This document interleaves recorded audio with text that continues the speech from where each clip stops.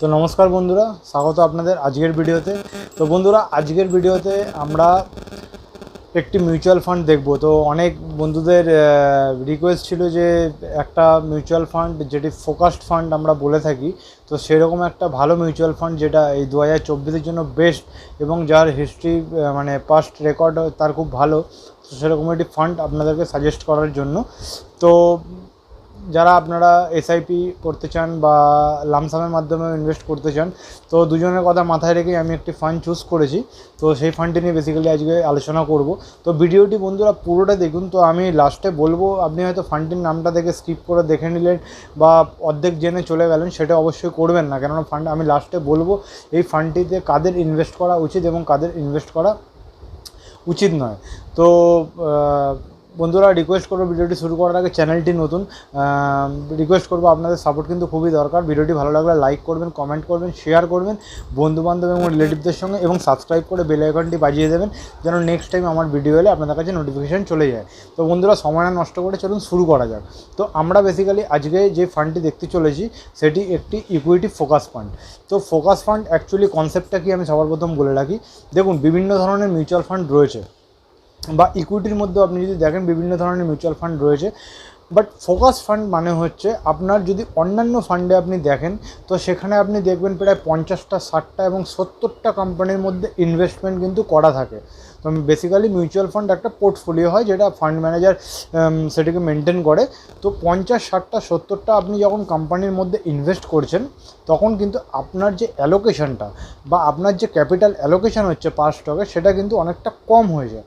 তো সেখানে যদি কিছু স্টক খুব ভালো পারফর্মও করে, ওভারঅল পোর্টফোলিওতে কিন্তু আপনার সেরকম খুব একটা যে ভালো রিটার্ন আসে তা কিন্তু নয়।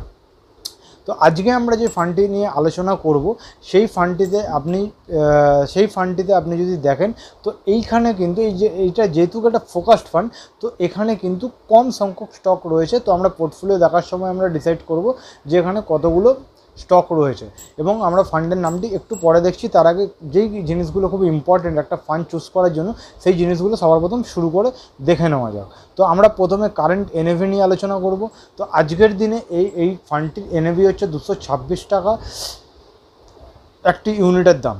তো 226 টাকা একটা ইউনিটের দাম। এবার যদি আমরা মিনিমাম ইনভেস্টমেন্ট দেখি, তো এই ফান্ডটিতে আপনি কিন্তু মিনিমাম 100 রুপি ইনভেস্ট করতে পারেন। সেটা আপনি এসআইপির মাধ্যমে হোক বা লামসামের মাধ্যমে হোক, ফার্স্ট টাইম আপনি মিনিমাম 100 রুপিস আপনাকে ইনভেস্ট করতে লাগবে। তো দেন আপনি এর বেশি যত আপনি চান আপনি ইনভেস্ট করতে পারেন, 100 টাকার বেশি।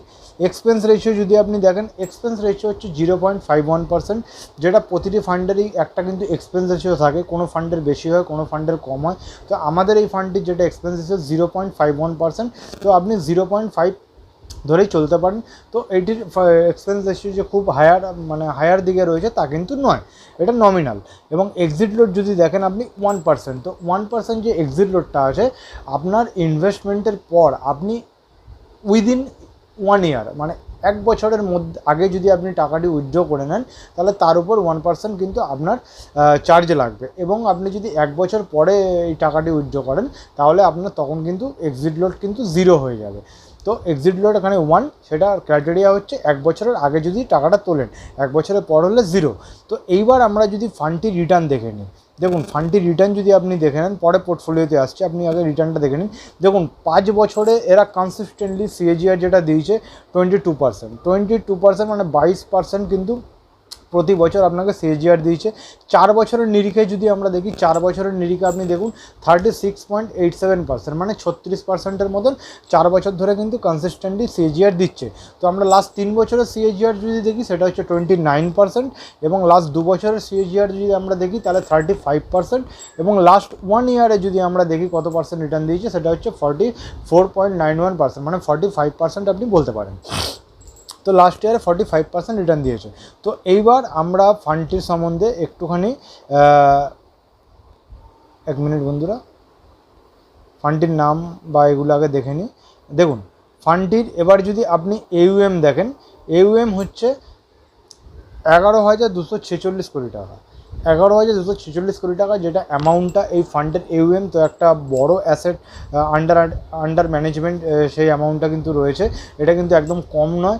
এবং খুব যে বেশি তাও নয়, বাট আমি বলবো বেশির দিকেই। কিন্তু 11,246 কোটি টাকা একটা ফান্ডের AUM মানে সেটা হিউজ।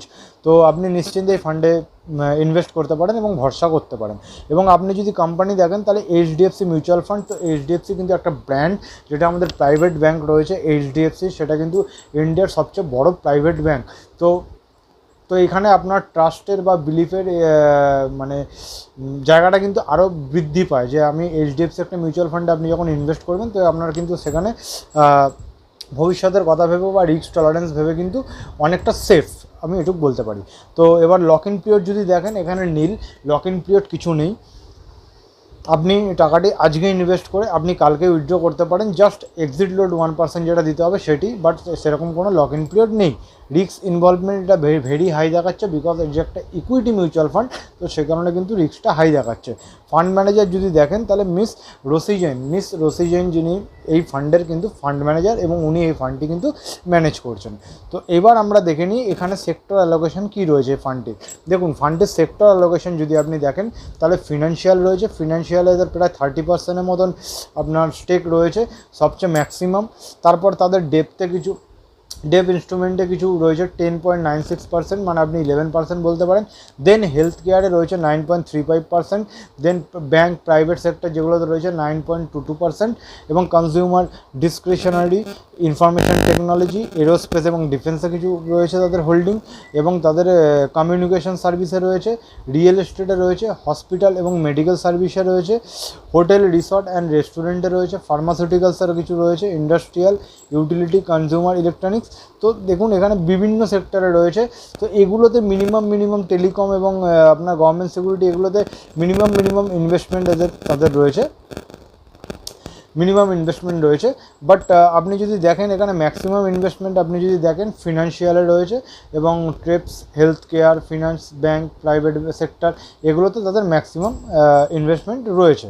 তো এইবার যদি আপনি দেখেন এখানে স্টক ওয়াইজ, তাহলে দেখবেন এদের সবচেয়ে বড় যে পোর্শনটা রয়েছে সেটা হচ্ছে ট্রেপস, মানে এটা একটা ডেপ পোর্শন, ট্রেজারি বিল বা গভর্নমেন্ট সিকিউরিটি যেখানে থাকে সেগুলোর মধ্যে ইনভেস্টমেন্ট হয়েছে 10.96%, মানে 11% কিন্তু এদের ম্যাক্সিমাম যে অ্যালোকেশনটা এদের কিন্তু ডেপথের উপর রয়েছে। দেন এদের যে স্টক হোল্ডিং রয়েছে, ইকুইটি হোল্ডিং রয়েছে, সেটা হচ্ছে ICICI bank 9.62%, HDFC bank, axis bank, Hindustan aeronautics HAL, এবং সিপলা, আপনার state bank of India, Bharti Airtel, SBI life, HCL technology, Apollo hospital enterprise. তো এমনি করে আপনি যদি দেখেন বিভিন্ন কিন্তু এদের যে পোর্টফোলিওটা রয়েছে, তো আমি এদের পোর্টফোলিওটা এই কারণে চুজ করলাম, এদের কিন্তু স্টকের যে অ্যালোকেশনটা রয়েছে এটা 30টা কোম্পানির মধ্যে সীমাবদ্ধ রয়েছে।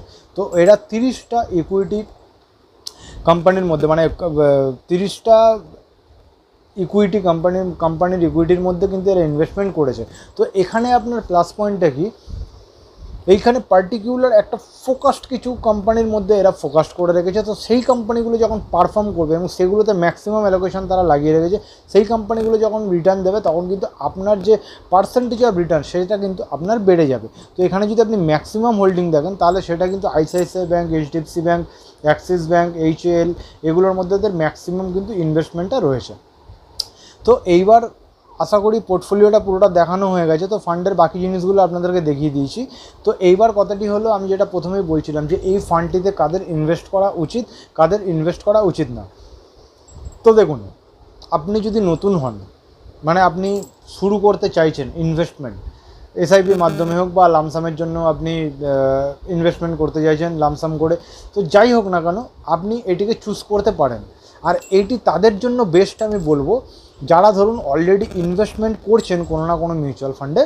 তো ইনভেস্টমেন্ট করতে করতে আপনারা চাইছেন যে আপনাদের টোটাল যে ক্যাপিটাল তার কিছু একটা পোর্শন SIPর মাধ্যমে হোক বা লামসামের মধ্যে হোক আপনি একটু ফোকাসড কোনো মিউচুয়াল ফান্ড চাইছেন। বাকি মিউচুয়াল ফান্ডে ধরুন আপনার 50টা 60টা বা 70টা করে কোম্পানি রাখা রয়েছে, যেখানে আপনার রিটার্নটা একটু কম্পারেটিভলি কম হচ্ছে। বাট আপনি চাইছেন 20টা 30টা কোম্পানির মধ্যে আপনি একটা ফোকাস করে কিছুটা ক্যাপিটাল মানে ইনভেস্ট করতে চাইছেন, যেখানে আপনি ভাবছেন যে রিটার্নটা একটুখানি শার্পলি আসুক, মানে বাকি মিউচুয়াল ফান্ডের দিয়ে একটু কম্পারেটিভলি বেশি আসুক। তো দেখুন এখানে আমি 5 ইয়ার্সে আপনাকে দেখালাম 22% এখানে রিটার্ন, 5 ইয়ার্সে 22% দেখাচ্ছে। 1 মিনিট বন্ধুরা, 5 ইয়ার্সে 22% রিটার্ন দেখাচ্ছে। তো 22% যদি 5 ইয়ার্সে হয় সেটা কিন্তু খারাপ রিটার্ন নয়, সেটা কিন্তু তুলনামূলক ভালো রিটার্ন।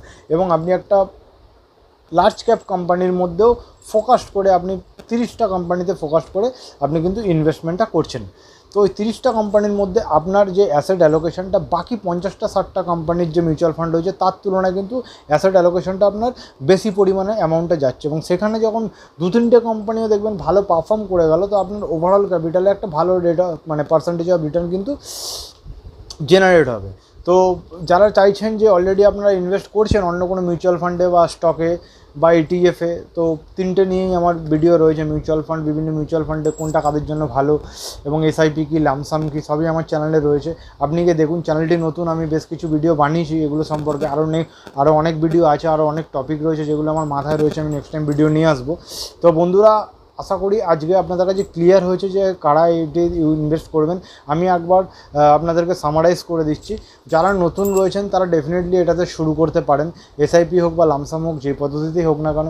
আর যারা অলরেডি আপনার ইনভেস্ট করছেন, সেটা স্টকে হোক, ইটিএফে হোক বা অন্য কোনো মিউচুয়াল ফান্ডে হোক, বাট তারা চাইছেন যে কিছুটা তাদের ক্যাপিটালে পড়ছেন, তারা একটা ফোকাস মিউচুয়াল ফান্ডে অ্যালোকেশন করবেন, তো এই মিউচুয়াল ফান্ডে আমি বলতে পারি তারা একবার দেখতে পারেন মিউচুয়াল ফান্ডে, এবং চাইলে তারা ইনভেস্ট করতে পারেন। তো আশা করি বন্ধুরা ভিডিওটি ভালো লেগেছে, আপনাদেরকে ক্লিয়ার করতে পেরেছি। ভিডিওটি ভালো লাগলে, চ্যানেলটি নতুন, প্রথমেই বলেছিলাম আপনাদের সাপোর্ট কিন্তু খুব দরকার। ভিডিওটি ভালো লাগলে লাইক করবেন, কমেন্ট করবেন, শেয়ার করবেন বন্ধুবান্ধব এবং রিলেটিভদের সাথে, এবং সাবস্ক্রাইব করে বেল আইকনটি বাজিয়ে দেবেন যেন নেক্সট টাইম আমার এরকম ভিডিও হলে আপনারা নোটিফিকেশন পেয়ে যান। তো দেখা হচ্ছে বন্ধুরা নেক্সট ভিডিওতে। আজকের মতো এতটাই।